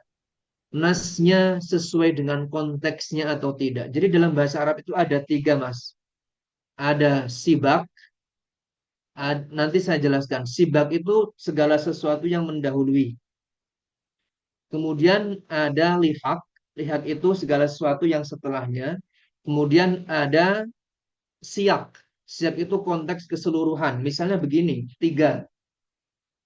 Di sini misalnya A, ini kita sebut sibak. Kemudian ada dua. Kemudian ada lihak. Lihak ini yang terakhir. Nah, konteks satu, dua, tiga itu harus dipahami seperti tadi. Waktu luhum waktu luhum haitsu taqiftumuhum. Itu kan kita juga harus lihat konteksnya. Ada tahapan, oh ternyata kata-kata bunuhlah mereka itu ada pendahuluannya. Sebelumnya dilarang berperang, kemudian dibolehkan. Dan itu khusus untuk orang kafir di zaman Rasulullah yang memerangi beliau atau memerangi sahabat dan orang-orang di zaman itu. Jangan diterapkan kepada non-muslim zaman ini. Jangan sampai mengatakan berarti kita harus memerangi orang-orang non-muslim. Tidak. Karena kafir dhimmi sampai kapanpun dan dimanapun harus dilindungi. Nah, itu kan namanya memahami konteks. Jadi panjang penjelasannya. Tapi karena waktu kita sangat-sangat terbatas, saya berharap mudah-mudahan nanti ada kelas lanjutan. Yang paling penting adalah kita sudah memahami dasar-dasarnya, kemudian metodologi penelitiannya sudah tergambar. Oke, baik. Begitu, Ustaz. Oke, jadi sebenarnya ini kelas kalau tahun lalu itu apa? Jadi 4 kali pertemuan. Ini 1 kali pertemuan. Seharusnya 4 kali pertemuan atau lebih lah. Karena ini Iya, dahil ini pembahasannya dalam. Oke, mungkin saya iya. ini ada usulan lagi kayaknya dari saudara Noah. Lewat lewat chat ya. Coba sampaikan saja bagaimana masih ada. Nggak apa-apa Ustadz, lanjut karena masih banyak teman-teman yang harus, karena kan ini terbatas, jadi Oke, siap, siap. ya Terima terima kasih. kasih. Semoga Oke. bisa mencerahkan ya. Selanjutnya saya buka pada pertanyaan saudara Ahmad Jauhari Abbas. Silakan. Silakan pertanyaannya. Suaranya tidak jelas, Ustaz. Oke, apakah udah terdengar jelas, Ustaz? Oh, sudah, sudah. Silakan. Oke, baik. Terima kasih atas waktunya. Sebelumnya saya mau bertanya tentang ini, Ustaz. Tentang tolak ukur keabsahan ad-dakhil sendiri gitu. Karena eh, saya juga alumni IATS 2 dan S1-nya. Dan kemarin kebetulan pas penelitian saya juga menggunakan S1 menggunakan dakhil juga. S2 menggunakan teori dakhil yang direkonstruksi oleh Pak Ulin Nuha. Sebenarnya saya ketika penelitian tuh masih bertanya ke diri sendiri ya, apa sih tolak ukur keabsahan dakhil itu dalam mengkritisi coba tafsir gitu. Karena Oke. kalau dilihat, yang saya lihat sejauh ini ya, dakhil yang atau teori yang saya pakai dari kemarin itu eh, dalam tanda petik mungkin hanya mengkritisi tafsir yang di luar ahlus sunnah gitu. Contoh, kemarin saya kan mengkritisi tafsirnya orang HTI gitu. Jadi Oke. kayak ini beda nih dengan Ahlus Sunnah nih. Ini tafsirnya menggiring ke pemahaman ayat ke doktrin HTI gitu. Nah, Oh, kemudian kalau kita lihat dilihat tafsir Ahlus Sunnah dilihat dari kacamata Syiah mungkin atau dari kacamata mereka yang di luar laisa minna, itu mungkin kita juga salah gitu. Nah, saya mau tahu ini juga pertanyaan sudah lama sebenarnya. Tolak ukur keabsahan teori dakhil ataupun teori tafsir itu apa gitu. Mungkin terima kasih. oke, mungkin sudah jelas pertanyaannya Ustaz. Silakan Ustaz Ya, untuk menjawab. ya, ya. Jadi, nah ini disinilah yang kemudian pertanyaan Mas siapa tadi ya? Mas Jauhari Abbas ya. Itu yang kemudian menjadi diskusi panjang, terutama di kalangan teman-teman di UIN, di kampus-kampus umum. Sebenarnya teori ad-dahil itu relevan nggak sih? Nah, itu pertanyaan Mas Jauhari Abbas ini sebenarnya sudah sering. Sebenarnya tolak ukur atau standar dahil itu seperti apa? Nah, sebelum saya menjawab, kita harus punya pemahaman pertama bahwa di luar ahlu sunnah wal jamaah sendiri mereka juga punya metode yang sama. Syiah sendiri menganggap bahwa yang bukan tafsir Syiah berarti dakhil. Mu'tazilah pun begitu. Sehingga disinilah memang diperlukan ijtihad lebih lanjut. Makanya metode ad-dakhil fit tafsir itu justru bukan menutup pintu ijtihad, tapi justru sebaliknya, membuka ruang ijtihad yang tidak pernah ada batasnya. Kita di antara golongan, setiap golongan atau aliran ataupun apa istilahnya, tayyarat atau tayyar dalam Islam, itu memang harus sama-sama membuka membuka cakrawala baru, sama-sama berdiskusi, kemudian sama-sama mencari teori yang paling tepat. Akan tetapi begini, sebelum itu dimulai, kita kan juga harus memulai itu dari dalam, dari kalangan Ahlus Sunnah wal Jamaah sendiri. Sedangkan dalam Ahlus Sunnah wal Jamaah, itu beberapa hal yang bisa dimasukkan dalam dalil itu nanti juga bisa digunakan di luar Ahlus Sunnah wal Jamaah. Nanti akan saya sebutkan. Yang pertama apa? Yang pertama adalah menyelisih Al-Quran dan hadis secara jelas. Dan itu tidak bisa diangkat. Misalnya kalau do'if, tidak mungkin diangkat derajatnya sampai Hasan li ghairihi misal. Jadi do'if jiddan. Oleh karena itu, kalau do'if atau hadis lemah yang masih bisa naik derajatnya menjadi hasan li ghairihi, kami di Al-Azhar diwanti-wanti tidak boleh memasukkannya ke dalam ad-dakhil. Itu dulu guru-guru kami di Al-Azhar begitu. Jadi menyelisihi secara jelas Al-Quran dan Sunnah. Nah, ini sebenarnya juga bisa diterapkan dalam konteks Syiah, Mu'tazilah.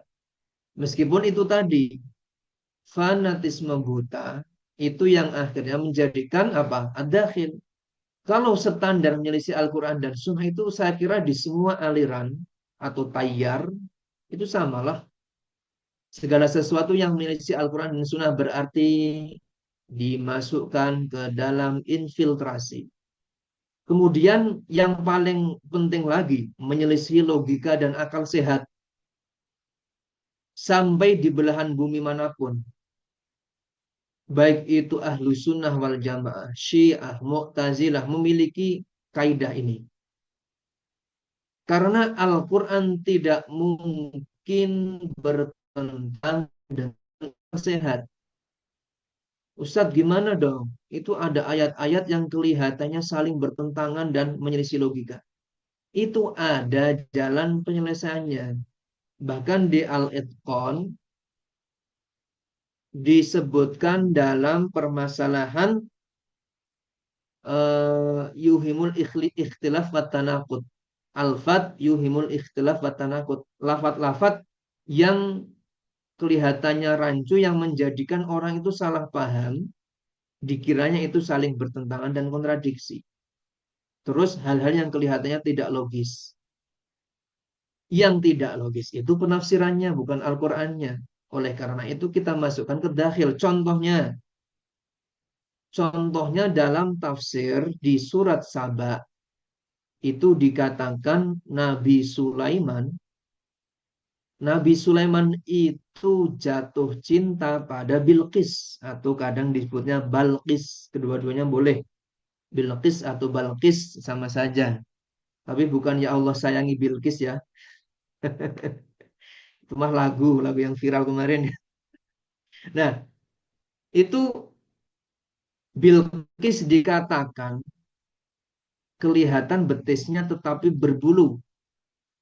Di dalam tafsir, termasuk tafsir Madhari, kemudian tafsir Bahawi, dikatakan di situ bahwa betisnya Ratu Saba atau Bilqis itu berbulu dan kakinya seperti kaki keledai.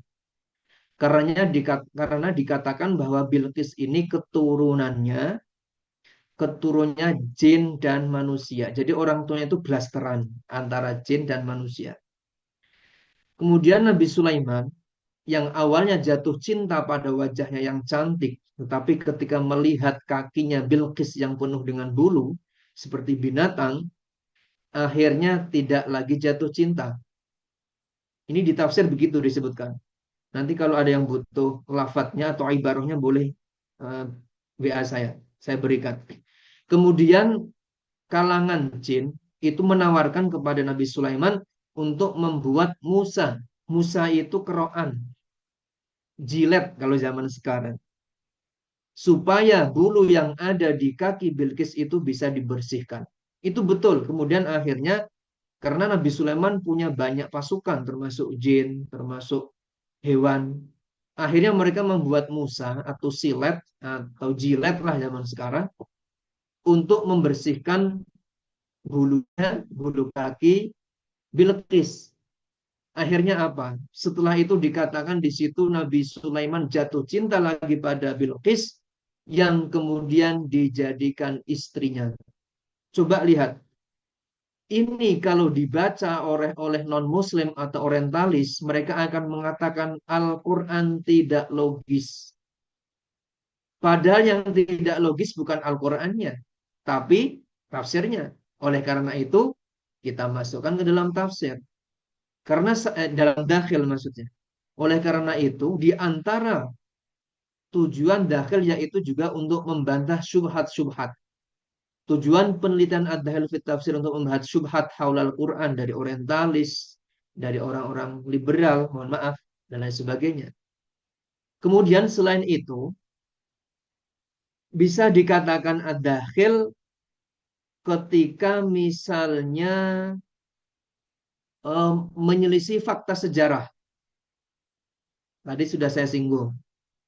Itu bisa diterapkan di semua kalangan, baik itu ahlus sunnah wal jamaah, baik itu apalagi syiah, mu'tazilah. Ketika sebuah penafsiran sudah menyelisih fakta sejarah, maka bisa dimasukkan sebagai dakhil. Oleh karena itu hikmahnya Al-Quran tidak pernah menjelaskan kisah Al-Quran secara detail. Beda dengan Bible atau Alkitab. Dalam Bible itu dijelaskan secara rinci. Karena kisah para nabi di Bible dan di Al-Quran itu hampir sama. Bedanya di Bible lebih rinci. Misalnya istrinya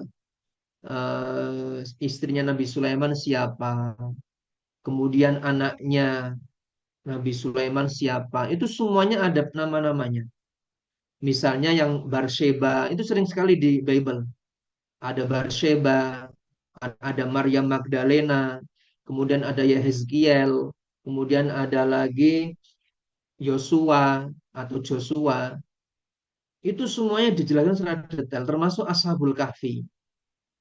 Oleh karena itu, bahkan Ustadz Retno Prayudi punya buku seputar Ad-Dakhil dalam kisah-kisah para nabi.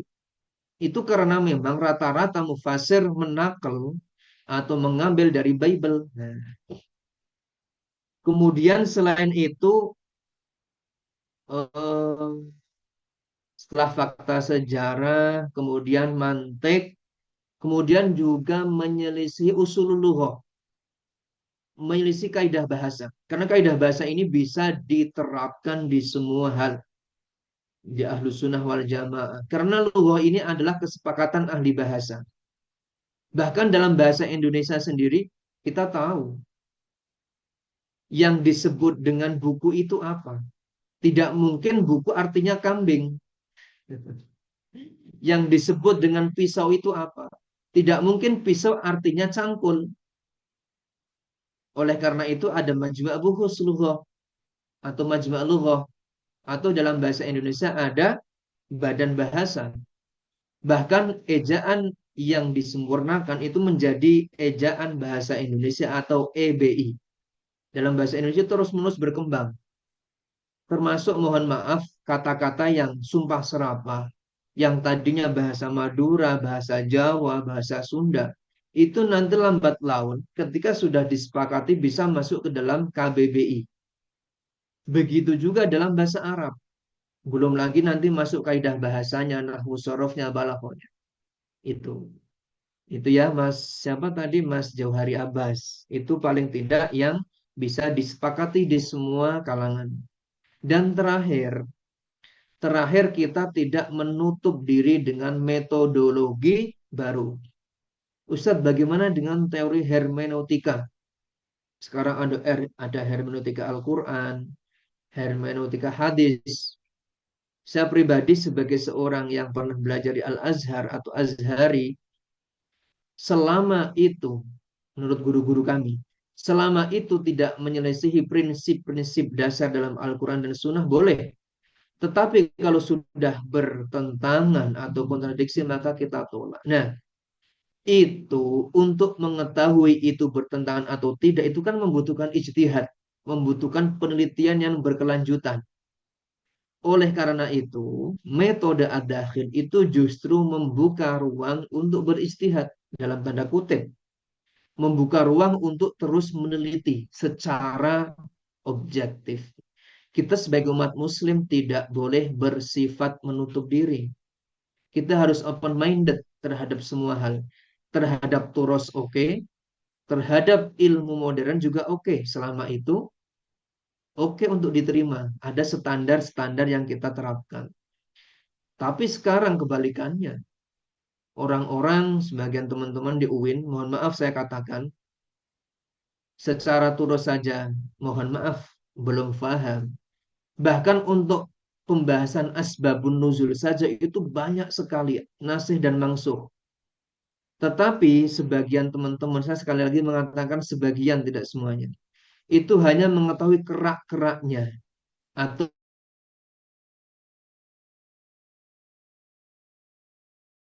pembagiannya. Padahal itu kalau diteliti itu berkitab-kitab, berjilid-jilid, nasih dan mangsuh.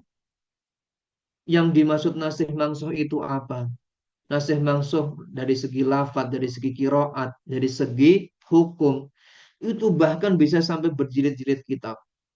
Ilmu munasabat. Nah, disitulah kekurangan kita. Kita sudah terlanjur begitu euforia dengan metode terkini, tetapi mohon maaf, kita sendiri tidak paham siapa kita. Kita tidak paham bagaimana metode ulama kita. Nah, kita harus seimbang. Kita juga tidak menutup diri dengan semua hal baru, tapi kita juga harus seimbang menguasai turos. Itu mungkin dari saya. Nanti Oke, nanti terima takutnya kasih Ustaz. terlalu panjang Bagaimana lebar. Saudara Ahmad Jauhari Abbas? Apakah masih ada sanggahan dari penjelasan beliau terkait tadi sedikit membahas tentang hermeneutik? Intinya apa namanya? Ad-Dahil ini open minded, artinya tidak menjadi counter terhadap semua penafsiran. Bagaimana Saudara Ahmad Jauhari Abbas? Oh, sudah cukup. Taslim semua di sini ya. Alhamdulillah. Ya intinya kita sebagai Ahlussunnah wal Jamaah pun tidak serta-merta kemudian mengatakan suatu hal itu dakhil. Oke. Dalam semua ini saya terakhir, saya tambahkan tadi lupa. Fanatisme buta yang tadi kita jadikan sebagai tolak ukur untuk dakhil itu diterima di semua kalangan sebenarnya. Oke. Bahkan sampai akademisi, orientalis, kemudian sarjana-sarjana kita atau barat, sarjana timur, itu namanya fanatisme buta itu pasti tidak diterima. Oke. Itu nanti subjektivitasnya sangat-sangat tinggi. Padahal kita berusaha bagaimana penafsiran itu jauh dari subjektivitas, meskipun itu sekedar ijtihad manusiawi, kita tidak mungkin terlepas dari sisi subjektivitas. Kita akui karena setiap mufasir punya latar belakang yang berbeda. Pasti mau tidak mau subjektivitas itu ada, meskipun kadarnya berbeda-beda.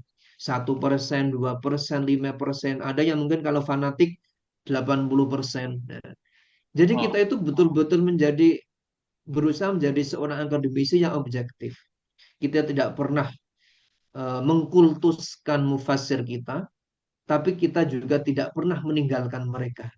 Kita tidak pernah merasa bahwa kita adalah metode yang terbaik, tapi kita juga bukan berarti apa meninggalkan sepenuhnya, bukan. Kita jadi apa ya, moderat. Di sisi lain kita terus belajar, kita terus mengambil dari hal-hal baru, kita terus mengambil dari mungkin ada sarjana barat yang ingin memberikan saran metode, boleh, boleh. Yang penting tadi kita sudah memiliki standar. oke, baik, baik, Ustaz. Mungkin sudah dipahami ya oleh Saudara Ahmad Jauhari Abbas. Untuk pertanyaan lebih lanjutnya mungkin nanti di grup atau bisa langsung menghubungi beliau ya Ustaz. Oke. Ya, Selanjutnya pertanyaan terakhir dari Saudara Turki Al-Azzafir ini. Silakan.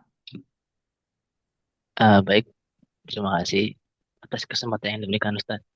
Mohon maaf belum bisa on cam karena situasi tidak memungkinkan. Uh, Terima kasih sebelumnya atas penjelasan yang luar biasa dari Ustadz Irja. Uh, Pertanyaan saya adalah masih mirip tadi dengan objek yang ditanyakan dengan Mas Noah terkait tentang Ibnu Abbas. Saya pernah membaca satu karya orientalis dari Ignaz Goldziher yang karya aslinya itu berbahasa Jerman. Cuma saya baca yang terjemah bahasa Arabnya dari Abdul Halim An-Najjar dengan judul Madzhabut Tafsir Al-Islami. Nah, di situ ada satu pembahasan spesifik terkait Ibnu Abbas. Nah, di situ ada statement yang mungkin sedikit menggelitik umat Islam mungkin secara umum. Bahwasanya di situ yang saya baca, Ignaz Goldziher mengatakan bahwasanya Ibnu Abbas itu menyelisihi daripada sabda Nabi yang mengatakan terkait ahlul kitab. Ya ini kalau nggak salah tentang hadis tu'an Bani Israel wala haraja sama la tusaddiqu ahlal kitab wala tukadzibuhum. Nah, di situ Ignaz mengklaim bahwasanya Ibnu Abbas menyelisihi sabda Nabi tersebut dengan alasan salah satu sumber penafsiran dari Ibnu Abbas adalah riwayat-riwayat Israiliyat, terutama yang berasal dari Ka'ab bin Al-Akhbar sama Wahab bin Munabbih. Nah, dan pertanyaan saya kira-kira bagaimana kita merespon atau menjawab statement yang mungkin kurang tepat mungkin bagi kita sebagai umat Islam pada umumnya. Begitu saja Ustaz, terima kasih. Oke Ustaz, terima kasih Saudara Turki Al-Azzafir. Jadi pertanyaannya tadi terkait dua penyampaian. Satu penyampaian dari Ibnu Abbas, yang kedua penyampaian dari Rasulullah sendiri. Ini terkesan bertentangan. Yang satu dari Ibnu Abbas, "Belighani walau ayat wa hadithu an Bani Israil." Hadis sebenarnya ini ya, akhrajal Bukhari. Kemudian yang satu apa? Yang satu terkait dengan wala tukadzibu, artinya berkaitan dengan Israiliyat itu. Bagaimana Ustadz Irja Nasrullah memahami kedua hadis ini yang menurut Turki Al-Azzafir ini bertentangan ketika membaca dari pemahaman Ignaz Goldziher itu? Silahkan Ustaz. baik. Sebelumnya, apakah suara saya masih terdengar jelas? Karena di sini sangat-sangat hujan deras. Saya pun mendengarkan teman-teman suaranya sangat-sangat apa ya, tidak terlalu jelas. Dengar nggak suara saya? Dengar Ustaz. Suara saya di Oh sini ya, oke. hujan juga Baik, soalnya. baik, baik. Pertanyaannya apakah itu bertentangan atau tidak? Itu sebenarnya mudah sekali. Itu sudah di buku-buku dakhil pun ada. Bahkan dalam ulumul Quran ada. Bahwa dalam menerima riwayat Israiliyat itu kita memiliki prinsip. Tiga prinsip dalam menerima riwayat Israiliyat. Itu mudah sekali. Dalam artian orientalis itu membuat statement begitu, itu jawabannya sangat-sangat sudah sering disampaikan bahkan dalam ulumul Quran yang tahapan paling awal. Untuk menerima Israiliyat itu kita ada tiga prinsip. Pertama, jika itu sesuai dengan prinsip Al-Quran dan Sunnah, contohnya apa? Di Bible, dalam Alkitab atau Injil, dalam bagian perjanjian lama itu disebutkan Allah menciptakan langit dan bumi. Kira-kira sama nggak dengan Islam? Sama kan? Ketika itu sama, maka kita terima. Tetapi kemudian disebutkan dalam Bible. Kemudian setelah hari ketujuh atau hari keenam, hari ketujuhnya Tuhan beristirahat. Kalau dalam Islam, summastawa alal arsh. Kalau dalam Bible, silahkan bisa disearch sendiri, itu disebutkan setelah penciptaan 6 masa, kemudian Tuhan beristirahat. Kira-kira dalam agama Islam, kata-kata Tuhan beristirahat ini bisa diterima nggak? Tidak. Berarti ini yang menyelisihi prinsip kita.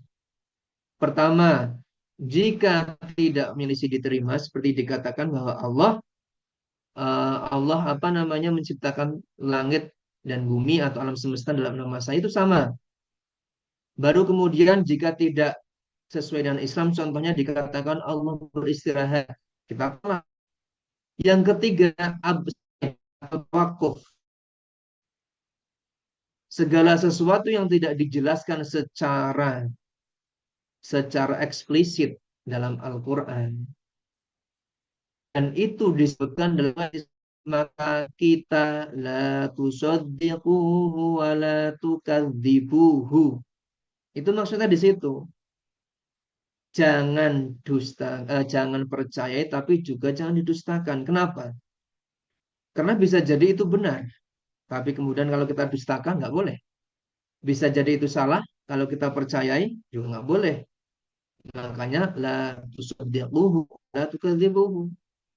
Sampaikan apa yang dari Bani Israel dan jangan khawatir.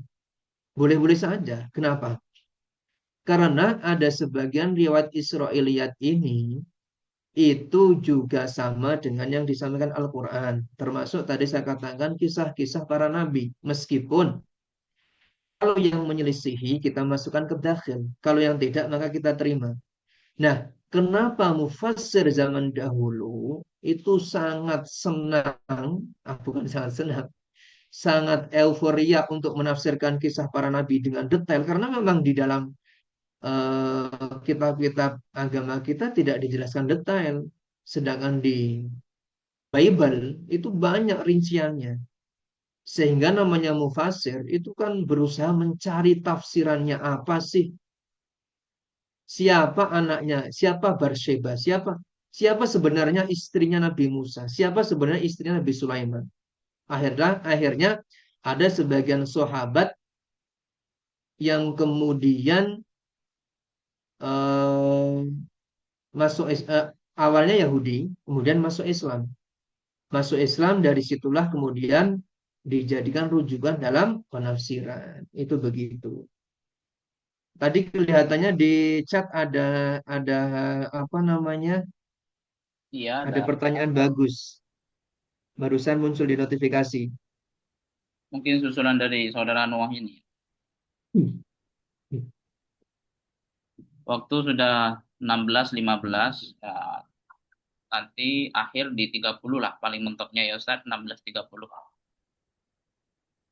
Sebentar, ini ada Mas Nuh mengatakan bahwa open minded berarti kita tidak konsisten. Kata siapa? Kata siapa tidak konsisten? Open minded itu justru Anda yang tidak paham. Mas Nuh sendiri yang tidak paham. Metode seperti ini yang Anda katakan adalah metode yang justru tidak open minded, Mas. Open minded itu adalah prinsip kita dalam agama Islam. Dalam Islam bahkan kita sangat-sangat dianjurkan untuk termasuk qul siru fil ardi fanzuru. Dari segi lafadz al-ibrah bi umumil lafzi itu termasuk bagaimana kita belajar dari sejarah. Fanzuru kaifa kana itu dari penafsiran itu ada kaidah al-ibratu bi umumil lafzi. Yang dijadikan acuan adalah umum lafadz. Al-Quran sendiri sudah memberikan kita untuk menjadi sosok yang open minded. Afala tatafakkarun, afala tatadabbar. Ini berarti jenengan mengatakan bahwa tidak konsisten itu kesimpulan Anda pribadi. Karena justru Islam menyuruh kita untuk open minded. Nah, kemudian kalau dikatakan kebaruan dalam penelitian tafsir itu kebaruan yang seperti apa? Apakah kebaruan yang liberal yang tidak menyertakan lafadz atau tidak menyertakan kaidah kebahasaan, atau yang maksudnya kebaruan adalah tafsir-tafsir yang paling penting humanis tanpa memperhatikan asbabun nuzul, tanpa memperhatikan kaidah lughah, tanpa memperhatikan kaidah logika mantik, itu justru harus diteliti lagi. Jadi kalau Anda teliti, Anda sendiri di bagian filsafat, itu Anda akan menemukan banyak sekali teori-teori baru yang rancu. Oke. Rancu banyak sekali. Bahkan ini suatu saat bisa kita diskusikan. Dalam penelitian filsafat, itu banyak sekali teori yang rancu, yang itu ada salah satu teori diambil dari teori filsafat. Itu juga tidak bisa konsisten. Jadi perkataan konsisten atau tidak konsisten itu Mas, itu sebenarnya kesimpulan pribadi jenengan. Karena kalau kita bisa menjadi pribadi yang open minded, kita akan terus-menerus berijtihad.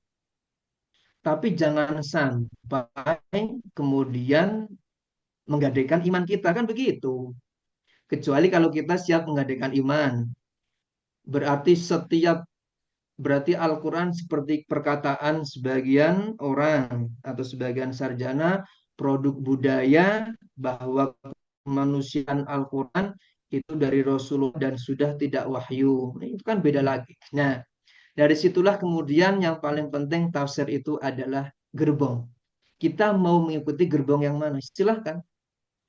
Kita tidak pernah mengatakan Anda gerbong yang salah.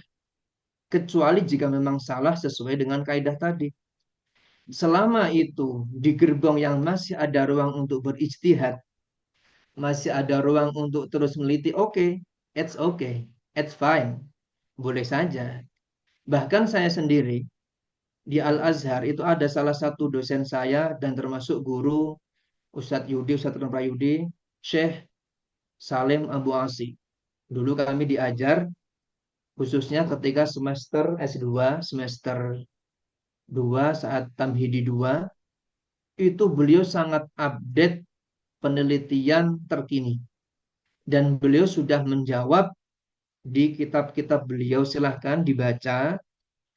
Kitab-kitab beliau sangat banyak karena beliau salah satu ulama Azhar yang update teori kekinian. Kemudian ada juga kalau yang penafsiran memang tidak banyak. Tapi di luar tafsir ada Dr. Hasan Syafi'i, Dr. Syed Usama Azhari, itu beliau-beliau sangat-sangat update teori kekinian. Kesimpulannya apa? Supaya tidak berpanjang lebar, beliau-beliau menganjurkan kita untuk open-minded. Oke. Open-minded di sini bukan berarti open-minded yang tanpa batas. Open-minded itu adalah model berpikir yang siap menerima kebaruan, Tapi kita juga harus tetap memiliki filter. Karena kita umat muslim. Umat muslim memiliki standar. Standar kita jelas. Standar kita juga konkret, valid. Dari zaman Nabi kita memiliki sanad. Mohon maaf, berbeda dengan Kristen. Bible tidak ada sanadnya. Markus, Matius, Yohanes, dan Lukas, penulis Injil, tidak pernah bertemu dengan Yesus. Bahkan dalam kelahiran Yesus, antara Markus, antara Matius, Lukas, Yohanes, itu beda-beda. Meskipun ada persamaan. Kemudian dalam segi hari Natal, antara Koptik, antara Ortodok Timur, Ortodok Barat, Protestan, kemudian Kristen yang Kristen model-model Indonesia, itu masing-masing juga punya penafsiran yang berbeda-beda. Karena mereka tidak punya sanad. Penafsiran di sini penafsiran termasuk dalam riwayat Injil. Oh, Itu akhirnya dijadikanlah metode hermeneutika. Yang mereka terapkan adalah sisi historis, sosiohistoris. Hermeneutika cocok bagi mereka tafsir Injil karena tidak memiliki sanad. Kita memiliki sanad dari Rasulullah. Rasulullah sejak awal sudah menyampaikan ke sahabat, sahabat ke tabi'in, tabi'in, sampai kita. Dari situlah kita menghormati riwayat, termasuk sanad atau rantai periwayatan. Terakhir, apapun itu saya menghormati pendapat teman-teman. Kita di ruang diskusi ini mudah-mudahan yang paling penting sama-sama mampu terus belajar. Tidak ada yang final. Tidak ada istilahnya tafsir itu final, tidak ada. Kita sama-sama belajar tafsir, kita berusaha menjadi yang terus-menerus open-minded, kita terus-menerus berusaha memahami yang dulu maupun yang terkini. Ulama ulama kita yang turos maupun teori-teori kekinian. Sehingga mudah-mudahan kita termasuk orang-orang yang menjaga Al-Quran dan penafsirannya. Itu dari saya. Dan untuk Mas Nuh, mohon maaf. Itu tadi sekedar diskusi, Mas. Boleh, jenengan bilang begitu boleh. Antum bilang begitu sangat-sangat boleh. Tapi dari segi oke. pemateri juga berhak untuk menjawab. Nah, mudah-mudahan suatu saat bisa kita sambung ke diskusi yang lebih baru, lebih terkini, karena memang ad-dakhil ini masih sangat relevan. Dan insya Allah Al-Maslak yang dipimpin atau direkturnya Ustadz Retno Prayudi itu siap menjadi wadah bagi kita semua untuk terus berdiskusi. Kita bisa menjamak, menggabungkan antara barat dan timur, antara yang dulu dan terkini, sehingga kita menjadi jembatan atau wasilah atau maslak. Maslak itu kan jalan. Oke, baik Jadi Ustaz. mudah-mudahan, itu dari Eh, saya. Silahkan. oke. Jadi tadi ada keluhan ya dari, bukan keluhan lah, mungkin keresahan bagaimana saya memposisikan diri mungkin dari saudara Noah tadi, beliau menyampaikan tadi agak sedikit bagus juga. Adzahir ini kok gak konsisten ya, kak sahabat saya. Di sisi lain memberikan nasihat hati-hati dalam memaknai. Nah, mungkin beliau ini memahami Dahil ini posisinya sebagai filter, counter terhadap tafsir-tafsir yang menyimpang. Nah, dan counter atau filter ini tentu terlahir dari ulama-ulama ahlu sunnah tentunya ya, begitu ya Ustaz. Tetapi di Ya. sisi lain juga diminta open-minded. Nah, open-minded yang dipahami mungkin oleh saudara Noah, kalau open-minded berarti menerima, mempertimbangkan, dan menghargai berbagai ide, mungkin begitu. Yang dipahami oleh saudara Noah. Namun tadi sudah dijawab oleh Ustadz Irja Nasrullah. Uh, Walaupun ad-dahil ini menjadi filter, bukan berarti ad-dahil ini membataskan penafsiran apapun yang disampaikan oleh seorang mufassir modern. Nah, itu tidak membatasi, cuman apabila nanti bertentangan karena kita juga mempunyai benteng, maka disitulah ad-dahil memposisikan diri, memfilterlah Lah, memfilternya ini bukan secara luas, open mindednya ini bukan secara luas banget. Begitu yang saya pahami. Maksudnya kalau bertentangan terhadap kaidah-kaidah tafsir, ya di situ setelah kita menerima penafsiran dari luar, maka setelah itu mempertimbangkan. Nah, kalau ini ranahnya ijtihadi, maka di situ mungkin kita menghargai berbagai ide tersebut. Tapi kalau bukan ranahnya ijtihadi atau ijtihadinya masih lemah, maka tetap kita lebih menguatkan yang lebih kuat. Begitu mungkin ya Ustadz Irjana Nasrullah. Ya, betul. Jadi sebagai closing statement bahwa memang penafsiran ini penuh dengan ikhtilaf itu biasa. Namanya juga keilmuan. Dalam setiap cabang ilmu itu ada ikhtilaf.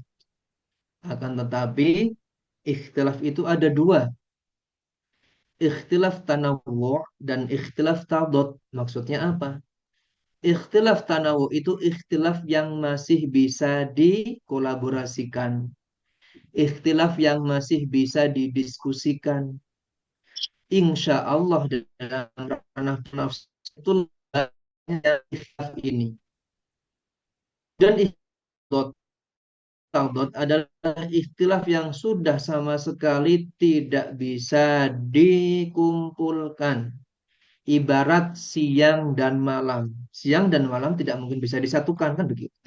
Nah, disitulah itu sudah menjadi sunnatullah fil ardi. Ikhtilaf itu sejak zaman Nabi Adam sampai nanti kiamat itu pasti ada. Akan tetapi kita dalam ranah keilmuan, dalam ranah kesarjanaan barat dan timur, kita masih memiliki ruang yang sangat luas dalam ikhtilaf tanawu. Jadi kita yang paling penting pertama mendahulukan sisi husnudzon. Bahkan saya sendiri terhadap sarjana barat semacam Nasir Hamad Abu Zaid, Syahrur, dan lain sebagainya, saya tetap pertama kali sebelum membaca karya beliau-beliau tetap mendahulukan sisi husnudzon. Baru ketika kemudian membaca kok menemukan sesuatu yang sangat kontras atau ikhtilaf tadad tidak bisa disatukan baru kita akan memulailah menggunakan metodologi ad-dakhil. Kan begitu. Itu adalah standar dari agama Islam. Dahulukan husnudzon, open minded, dan terus belajar. Itu dari saya. Mohon maaf jika banyak kesalahan. Insya Allah saya sangat-sangat welcome jika mungkin ada yang ingin berdiskusi atau bertanya ataupun ingin menambahi di lain kesempatan atau bisa mungkin lewat Japri. Tapi mohon maaf seandainya terkadang ada yang slow respon karena terkadang memang banyak yang chat atau ada urusan lain. Dan terakhir saya mengucapkan terima kasih pada Direktur Maslak Ustadz Lutfi Prayudi LCMAG dan khususnya juga moderator hari ini Ustadz Abdul Hamid MAG atas kesempatan waktunya yang diberikan kepada saya untuk belajar. Ini namanya belajar bersama-sama, berdiskusi bersama-sama. Mudah-mudahan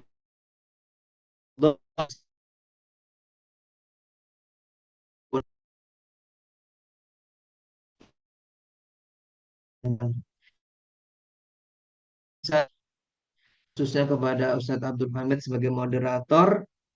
Nanti misalnya ada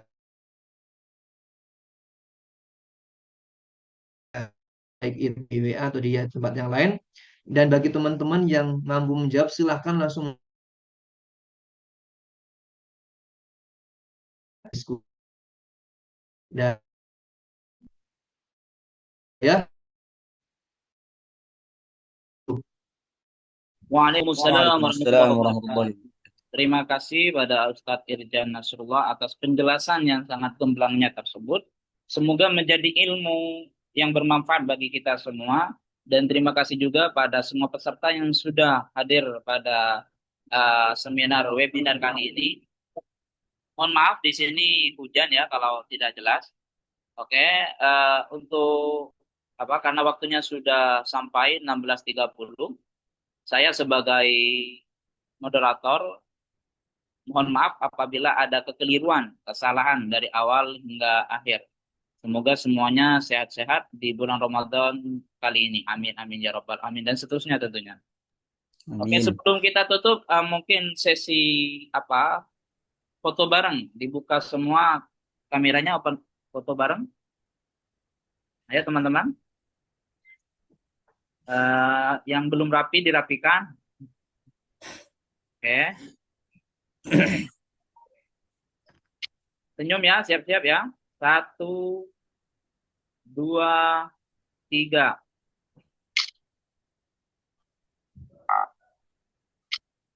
Masya Allah, sudah kami sudah foto. Insya Allah bagus-bagus semua sudah. Oke, sekian dari saya dan dengan diakhirnya majelis ini, maka berakhir juga Zoom kita kali ini. Kita tutup pertemuan kali ini dengan pembacaan kafaratul majelis. Subhanakallah Subhanakallah Subhanakallahumma wa bihamdika asyhadu an la ilaha illa anta astaghfiruka wa astaghfiruka wa atubu ilaik. Dari saya, kurang lebihnya mohon maaf. Assalamualaikum warahmatullahi wabarakatuh. Waalaikumsalam Waalaikumsalam warahmatullahi warahmatullahi wabarakatuh. wabarakatuh.